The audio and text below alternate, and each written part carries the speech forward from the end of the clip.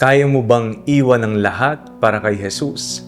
Ako po si Father Fiel Pareha at ito po ang ating segment, ang Daily Devotion, na kung saan tayo po ay magdarasal, magbabasa at magninilay kasama ng salita ng Diyos sa buong taon. Manalangin tayo.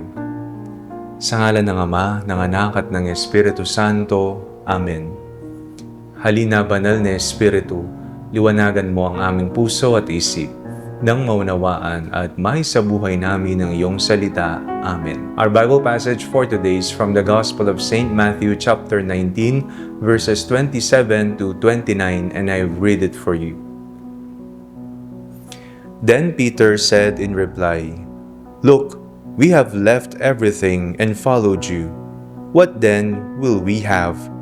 Jesus said to them, "Truly I tell you, at the renewal of all things, when the Son of Man is seated on the throne of His glory, you who have followed me will also sit on 12 thrones, judging the 12 tribes of Israel.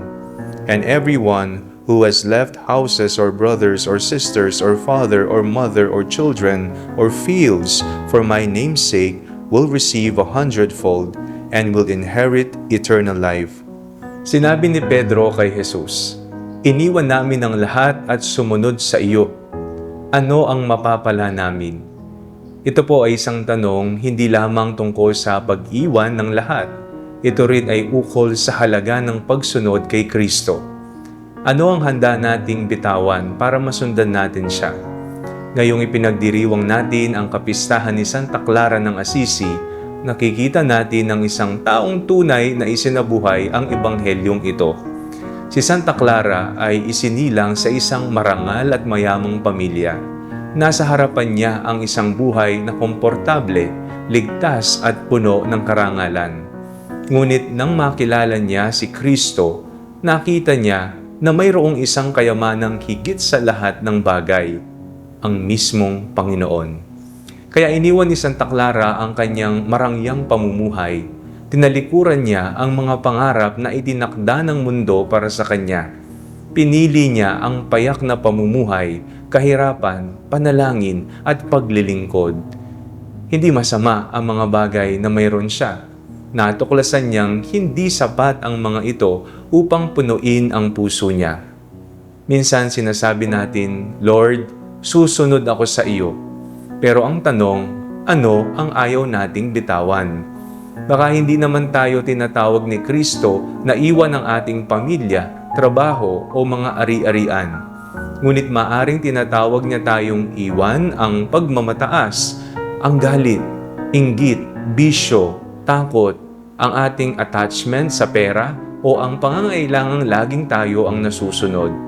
Dahil ang tunay na pagsunod kay Kristo ay hindi lamang tungkol sa kung ano ang ibinibigay natin, kundi kung ano ang hinahayaan nating kunin niya sa atin. Si Santa Clara ay nagbigay ng lahat dahil alam niyang kapag si Kristo ang pinili natin, hindi tayo nawawalan. Mas lalo tayong nagkakaroon. Hindi man ang maraming kayamanan sa mundo, ngunit ang kapayapaan, kalayaan at isang pusong tunay na pag-aari ng Diyos. Baka ang tanong ni Pedro ay tanong din natin, "Panginoon, ano ang mapapala ko kung ibibigay ko ang lahat sa iyo?" Sabi ni Jesus, ang taong nagsasakripisyo para sa Kanya ay hindi niya pababayaan. May gantimpala ang katapatan at higit sa lahat may buhay na walang hanggan. Kaya sa araw na ito, tanungin natin ang ating sarili. Ano ang kailangan kong bitawan upang mas malayang masundan si Kristo? Hindi tayo hinihingan ni Jesus ng lahat ng mayroon tayo. Ang hinihingi niya ay ang pusong handang ibigay ang lahat kapag siya ang tumawag.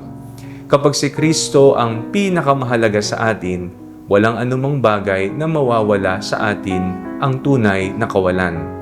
Sapagkat ang taong kay Kristo ay maaring mawalan ng lahat, ngunit hindi kailanman mawawalan ng lahat dahil sa Kanya si Kristo. Manalangin tayo. Panginoong Jesus, turuan mo kaming tulad ni Santa Clara na bitawan ang anumang humahadlang sa aming pagsunod sa iyo.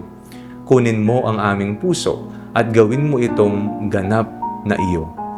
Amen. Sa ngalan ng Ama, ng Anak at ng Espiritu Santo. Amen.